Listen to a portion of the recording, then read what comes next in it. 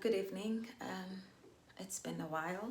It's good to be back. I just looked at my last video. It was about 5 months ago. And even then, I thought that I had taken time to record, and it was just over a week of me not loading or uploading a video.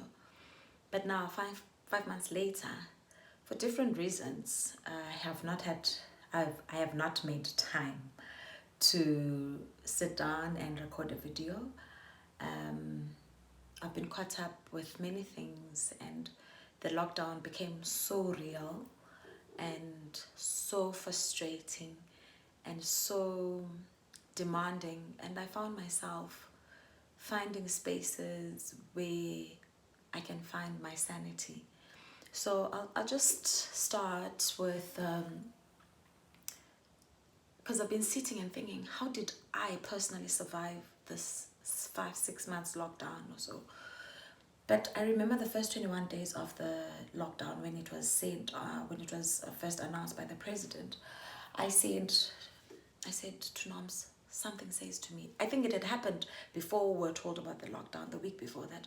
I feel like going on a 21-day fast just for nothing. I just want to be in a space with God and read His Word and just be in a space. And then the announcement was said, and it was exactly 21 days, I think. And I said, Noms, maybe we should do it. Then we decided to go, and we started. And we didn't just go on this fast. So we did a fast, but it was also a Bible study session. So we read the Bible in the morning prayer, like we did two full chapters, I think, of Judges. We did morning prayer, midday prayer, evening prayer, and it was a beautiful, beautiful, beautiful, beautiful moment for us. Like those 21 days were the best. And in our minds, or in my mind at least, I thought, yes, it's just going to be 21 days. After that, we'll go back to normal. And it was just beautiful. And then they extended, and then things started being real. And I started to think, what does that even mean? And it kept being extended. So I found my sanity, God's thing, in a garden, not in the garden in our yard. So a friend that we've been asking to give us a little bit of land to work. We couldn't get the one we wanted. Then we ended up getting his mini garden that he wasn't using in the past years.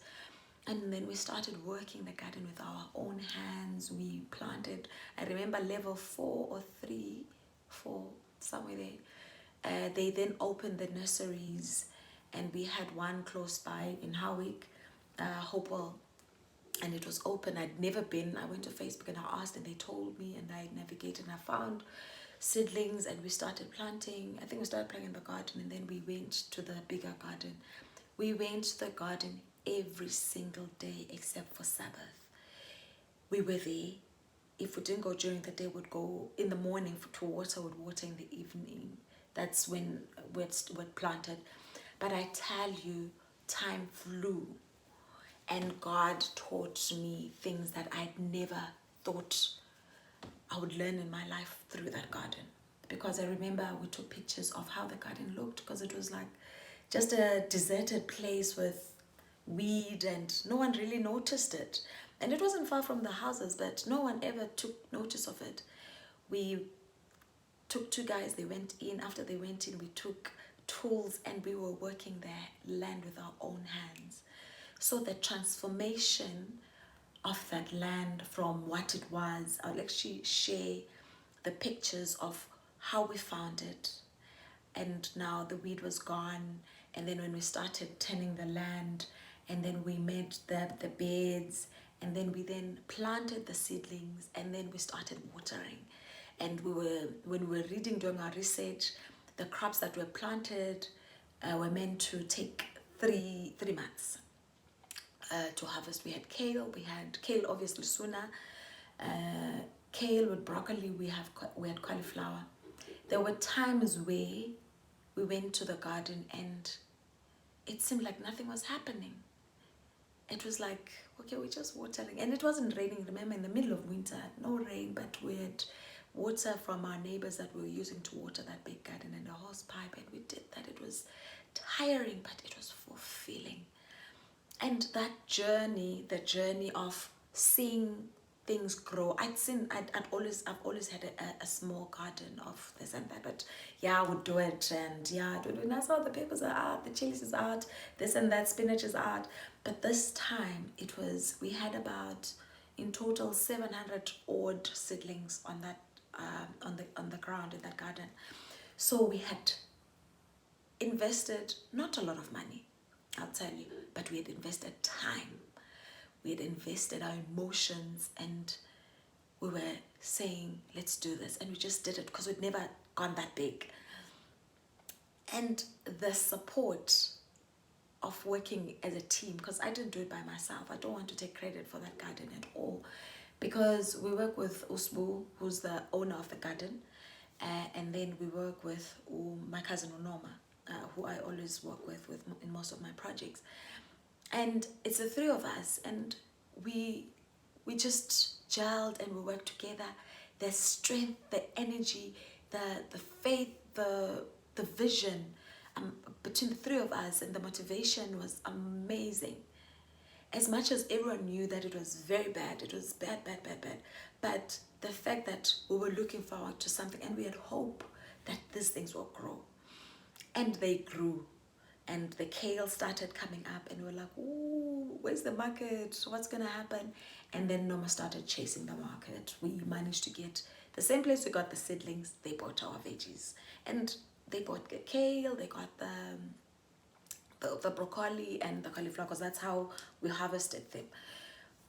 I remember when we were about to finish the broccoli, halfway through, we looked at the cauliflower and we said, no, it's not going to work.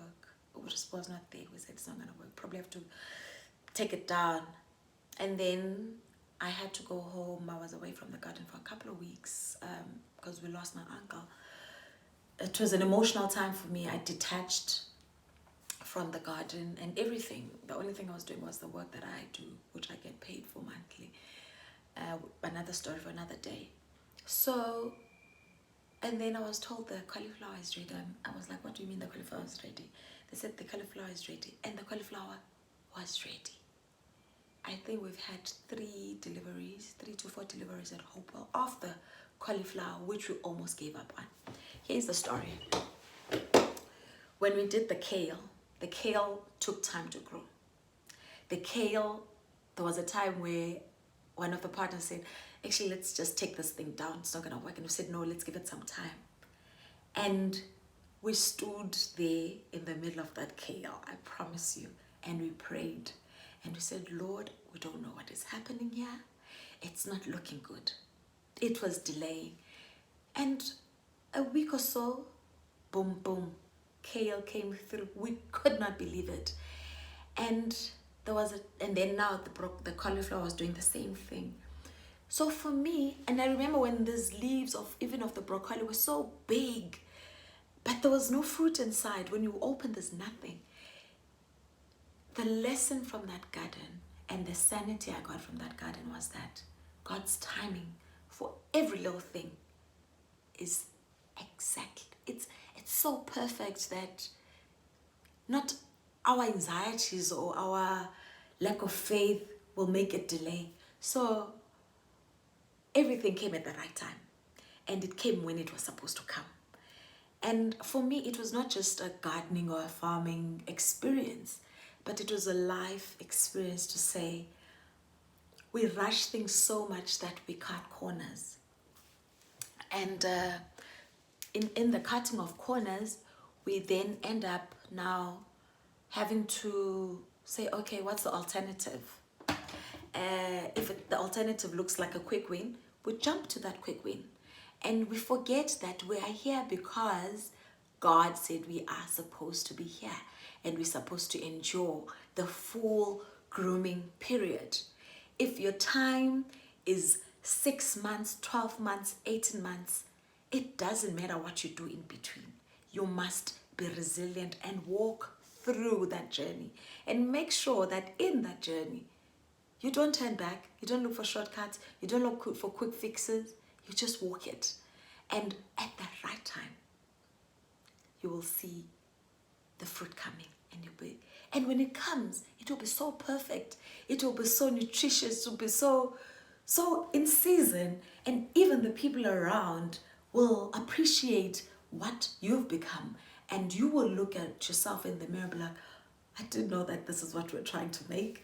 But this is the miracle of God, the miracle of allowing God to just work in your life. And while he works in your life, stay and wait for him to do the work. And the watering, the sunlight, the air, all the ingredients that are required in the grooming process, allow them to take place. So lockdown has been real, but the lessons have been, I don't think I would have had those lessons if we were in the maze of red racing, our normal life, whatever normal is. But the fact that we wake up, we're always chasing time, but because we had to stop and reflect and wait and let God work his thing and work his miracle in our lives. It is at this point where you are able to see, what is it that I'm willing to fight for, Vele? What is it that I am willing to give up? What is it that matters in my life? I see all the material, I see everything that's around me, but what really is that makes me Nolwazi? So that was just a moment of saying, where was my sanity box? You need to find your sanity box. I found a chair outside where I wake up in the morning. Every morning I go there and I sit outside and I just reflect. If I don't have anything to say to God, I just sit in his peace and in his splendor and I enjoy it. So thank you. It's good to be back. I look forward to many more of those videos, and I hope that I will not have any breaks now because I've got a new camera, I've got the light, and time I've always had, but I've just misused. So I'm hoping that we'll engage and we'll talk about many different things. The content is not defined. It's defined by what we're going through and the experiences we have every day. So I look forward to many more engagements. Have a good evening. I love you. Thank you.